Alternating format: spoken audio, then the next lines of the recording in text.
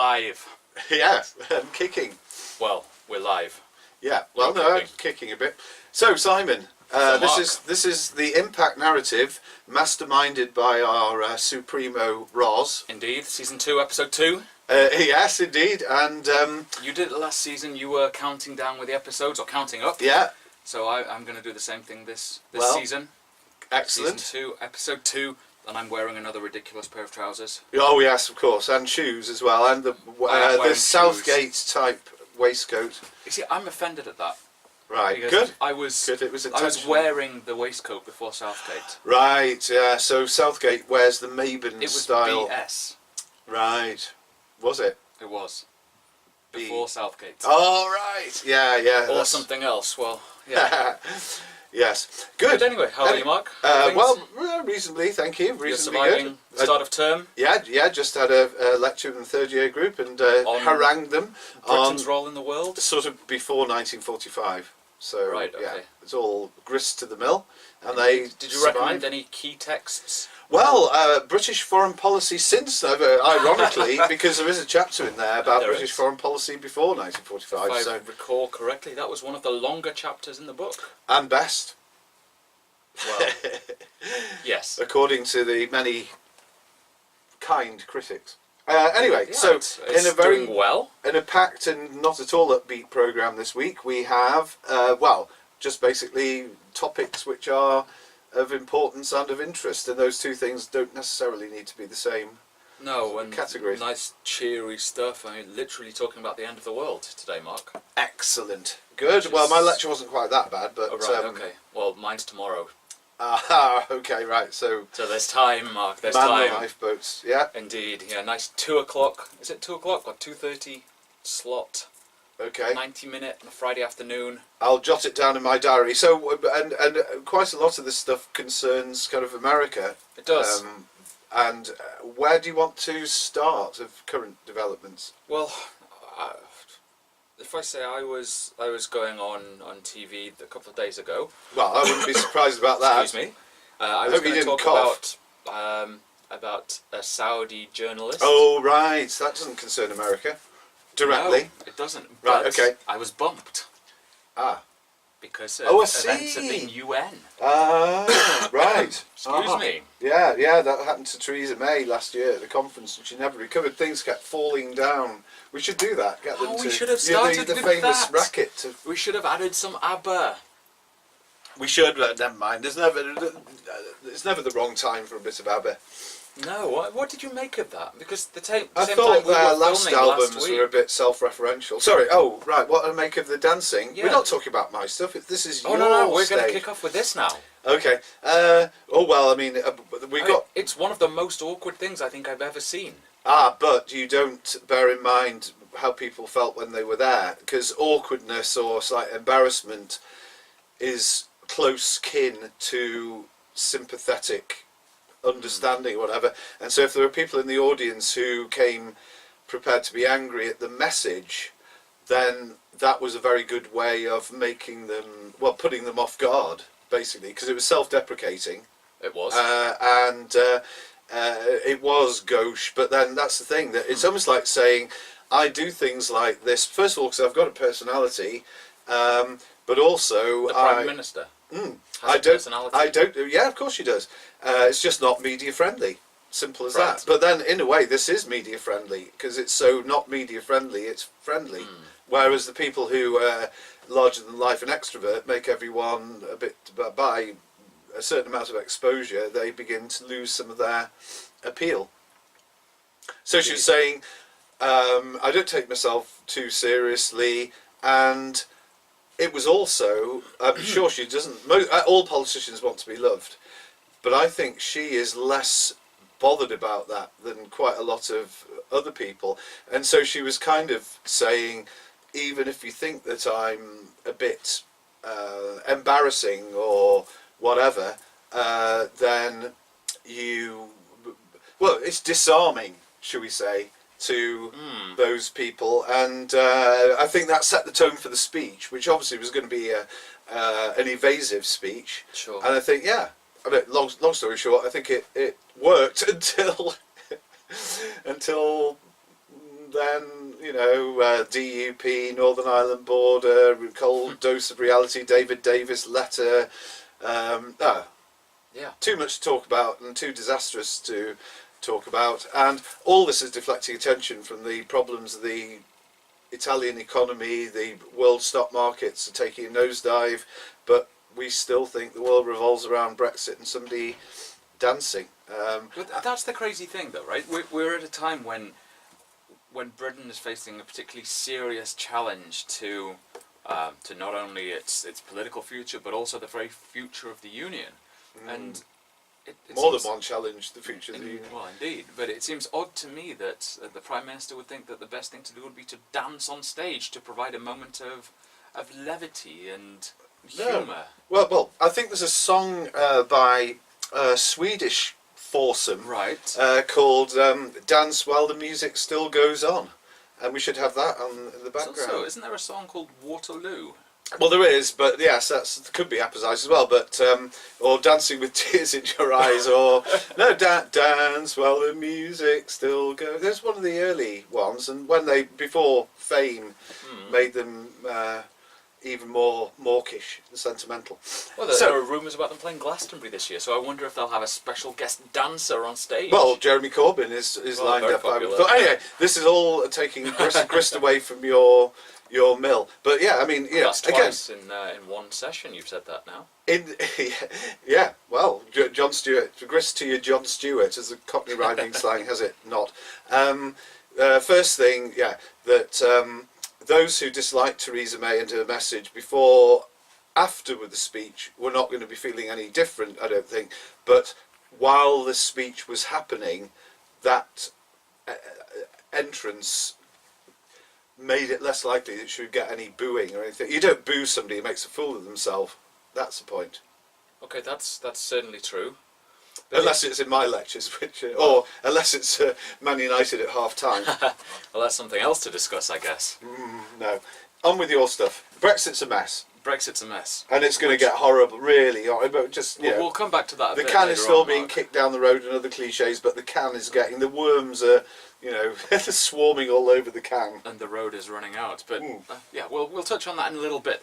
Will we? All right. We will. So, the UN. So you were Nikki, rudely interrupted by the UN. Yeah, by a resignation. Yeah. Somebody I'd never heard of.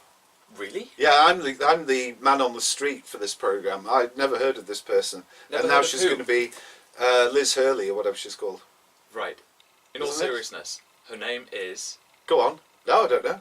I really don't know. Nikki. Right. Yeah, she's only been envoy for about 2 years, hasn't she? And She has. I know she was governor of South Carolina, and that she is going to be president in 2020. She said she will not stand. Well, there you are. She'll be... It was a very, very odd press conference that she gave with President Trump, where she was very, very clear. I'm not standing. I'm resigning to spend more time with my family, and at which point the bells start ringing. Yeah. What has she done? What is she involved in? And Yeah, so right, that's the thing. standard. Well, she's involved in the Trump administration, isn't she? And that's bad Yeah. enough, really. Well, That's enough to make you want to duck out. It certainly does. And she's very clear she doesn't want to stand in 2020. She doesn't want to stand against Mr. Trump. That's assuming, of course, that Mr. Trump will be allowed to stand in that election. And There are lots of potential escape routes there, aren't there? yeah, there are. But it's interesting to hear the type of reception that she's got. There's a lot of people talking about her in very deferential terms. A lot of people are talking about her as a moderate Republican, which I think says a great deal about the state of the grand old party.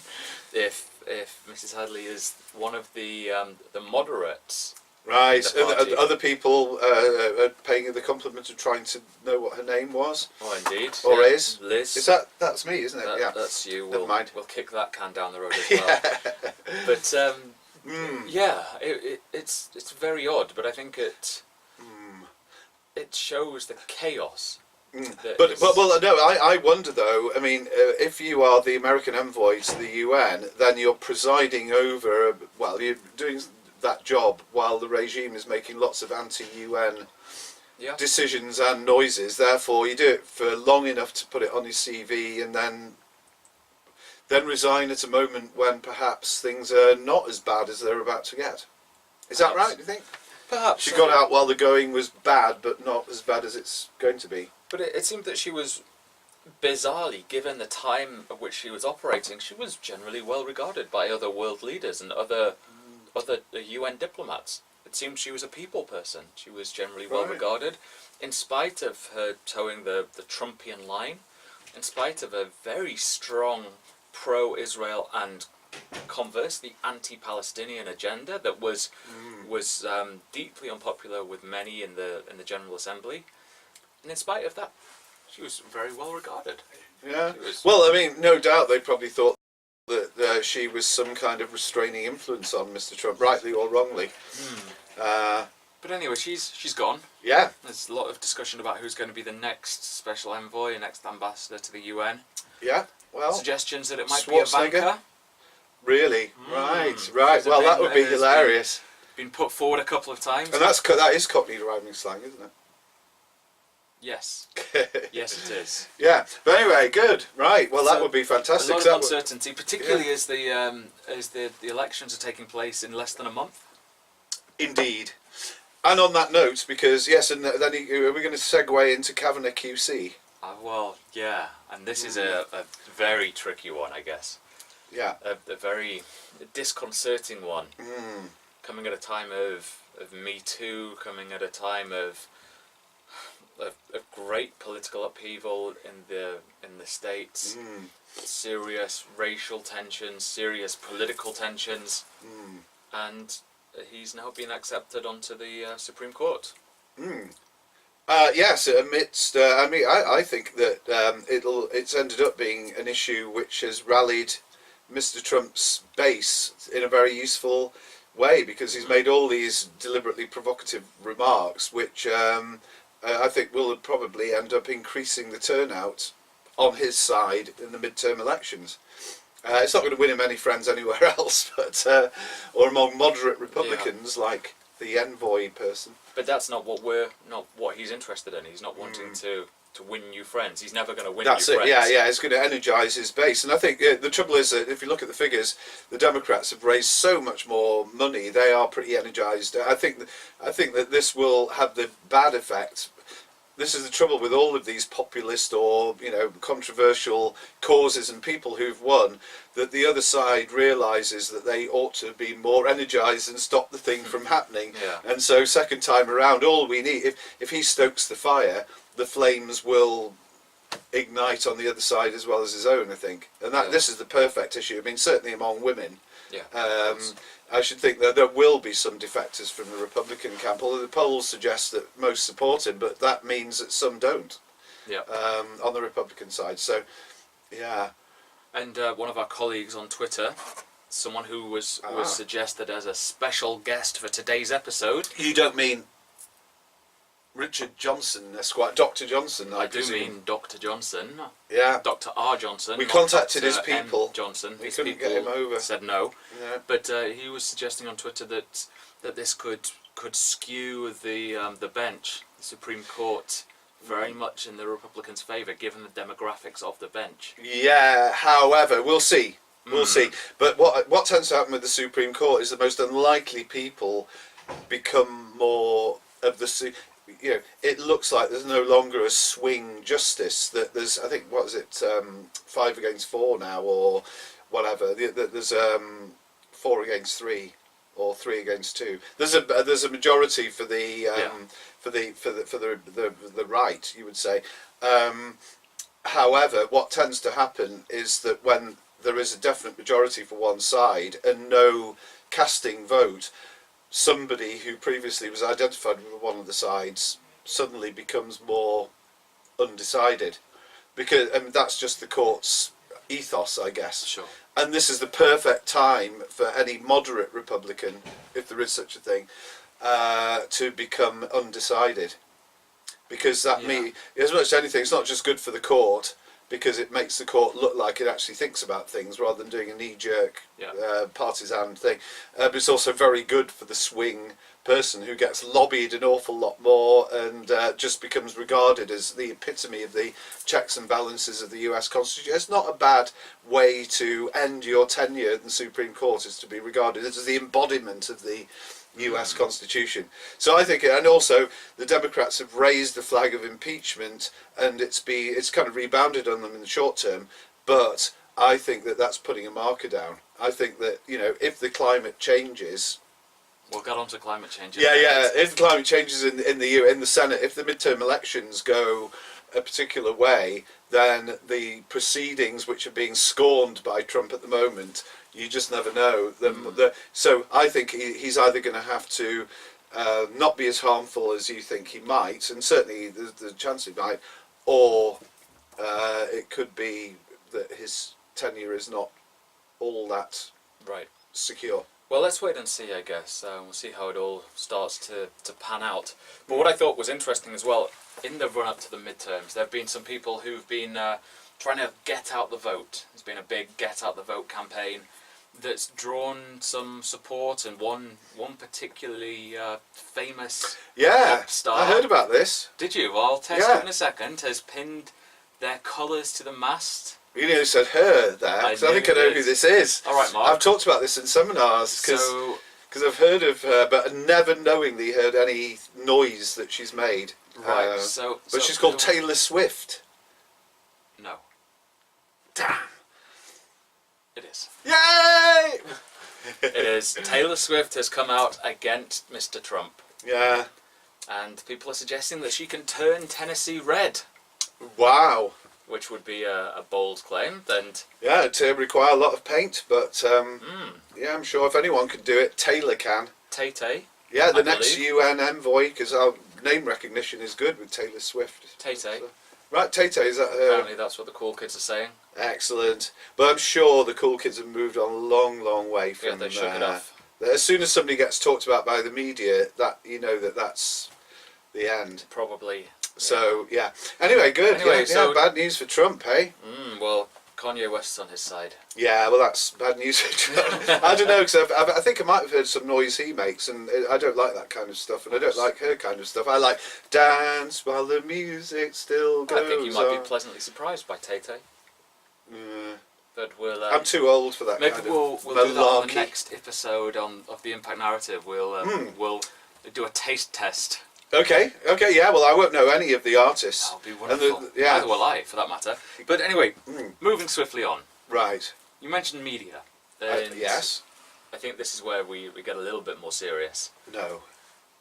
None of the stuff we've mentioned. Oh, yeah, of course, a lot more serious. Yeah, we've just laughed in the face of misery, and all the other things are gloomy. But this is, of Jamal Khashoggi. Yeah, this is not. Which is particularly worrying, I think. There's a case of a Saudi dissident who went into the to the Saudi consulate in Istanbul over a week ago. There's CCTV footage of him walking in and not of him walking out. Yeah. And he's not been seen since. There are a lot of rumours flying around, a lot of concerns about what's happened to him. And I certainly don't want to fuel any of those rumours, because I think it's deeply offensive to his family and problematic, but there's a lot of suggestion that he's been killed. Yeah. And so I mean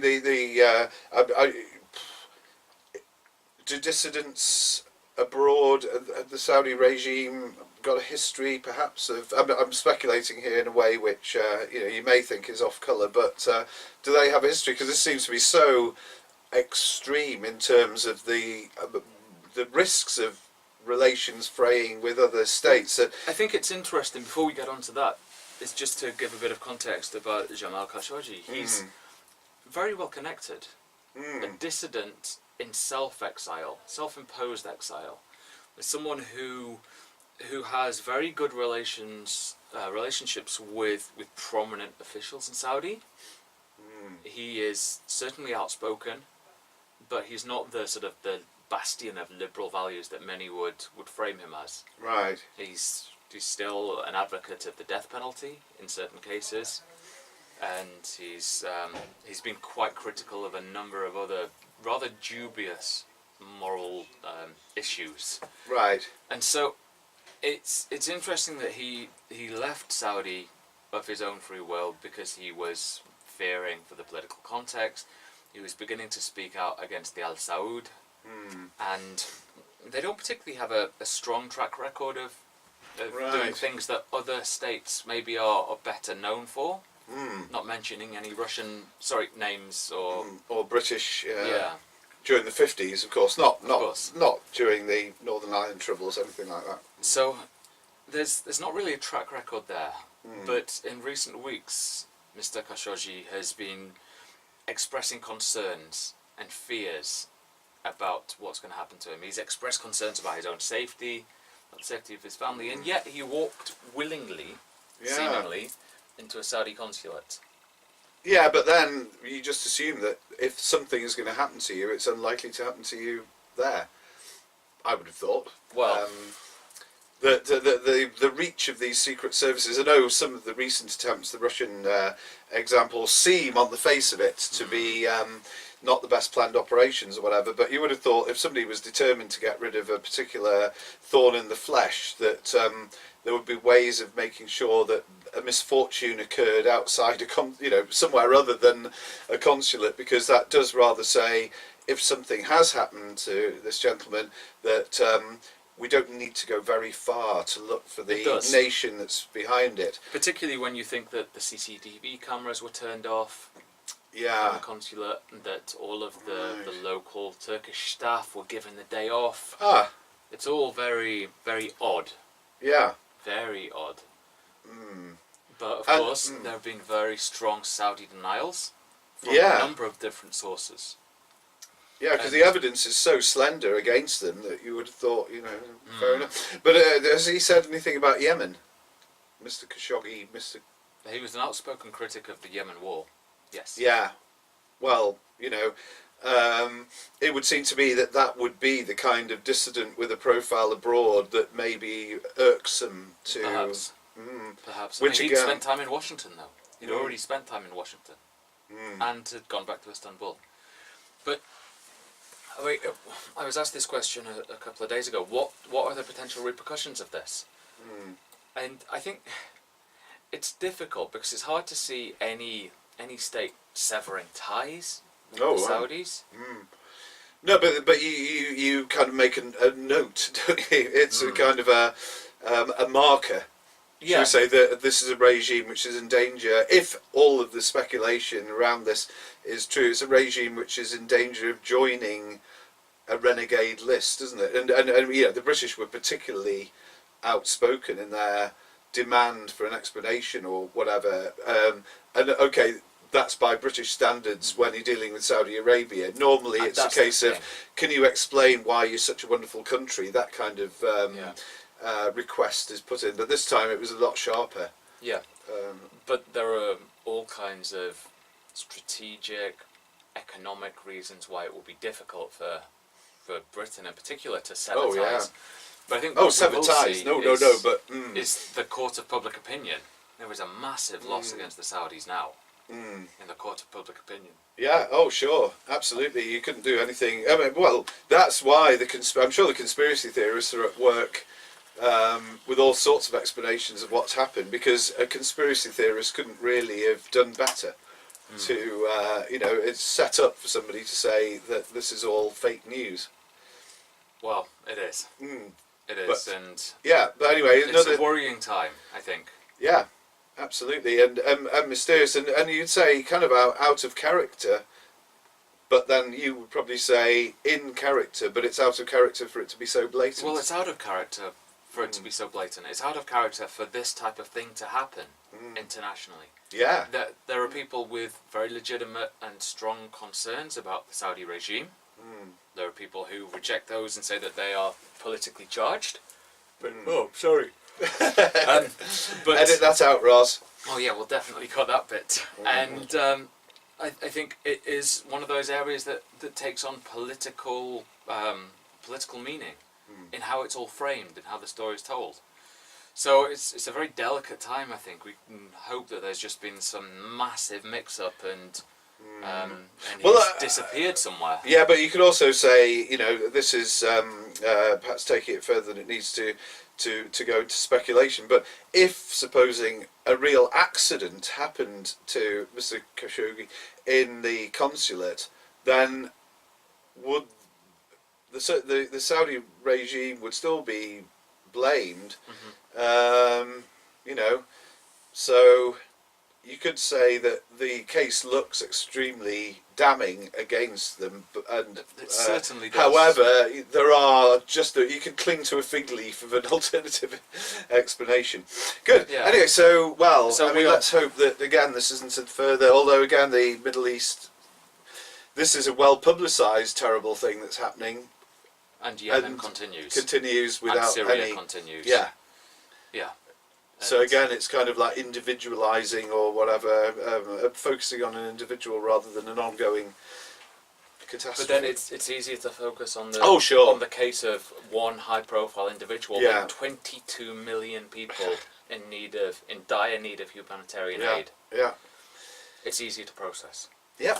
But speaking of people and millions of people in need of aid and assistance, we're going to close today's show very soon.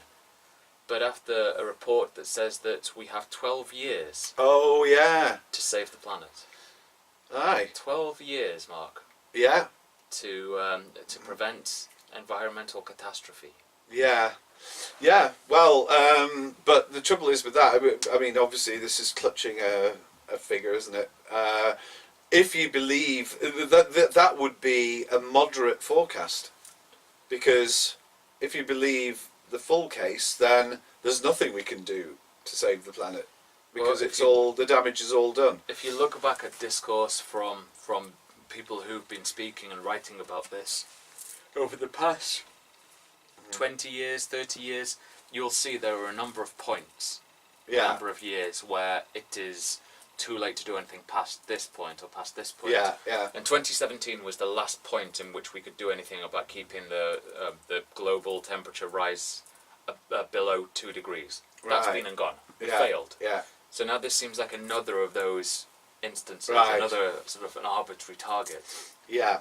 But there's going to come a time when we really cannot do anything. Yeah, I would sense that if the climate change the man-made, human-made climate change argument is verified in full, then there is nothing we can do. And then, of course, you know that pretty comfortably verified. I don't think there's much. But I mean, every last bit of it, and the evidence is all connected with human activity rather than sunspots or whatever the climate change deniers will talk about. But but that's, you know, that means this show's really only got 12 more years to run. 12 seasons to go. Well, you know, that's we'll have had a good innings then. Yeah, exactly. And we'll wonder why we are ever talking about Taylor Swift. Who? Yeah, she's a UN envoy, isn't she? That just resigned. That was it. Yeah, she served for a month in 2019. Yeah, well, of course. Anyway, good. So we've done Brexit. We haven't done any sport. We haven't done any books of the week. We're also out of time. Right. Oh, blast. But so, anyway, we'll have to double. It was up all on getting books of the so week. really entertaining at that point. Yeah, on that cheery note then, Mark, I guess we'll say until next time. Yes, indeed. Yeah, well, but no, you say subscribe, tweet, retweet, put some comments on. And you'll be able to subscribe to us on iTunes very, very soon. Wow. Which is very exciting, and also other podcast outlets. So, very exciting. Yeah, it is. We're doomed, but we're on iTunes. It's like your old joke about taking Poly 100 and down the pub you'll know that we're doomed, but after taking this course you'll know why we're doomed. Exactly. Yeah, the old ones are the best. Indeed. And with that, we'll bid you all good evening, morning. Good night and good luck. Yeah, because people might be watching it at a time of day other than the afternoon which we're now in. Good afternoon and good luck. Yeah. Good morning and good luck. And may Taylor Swift go with you.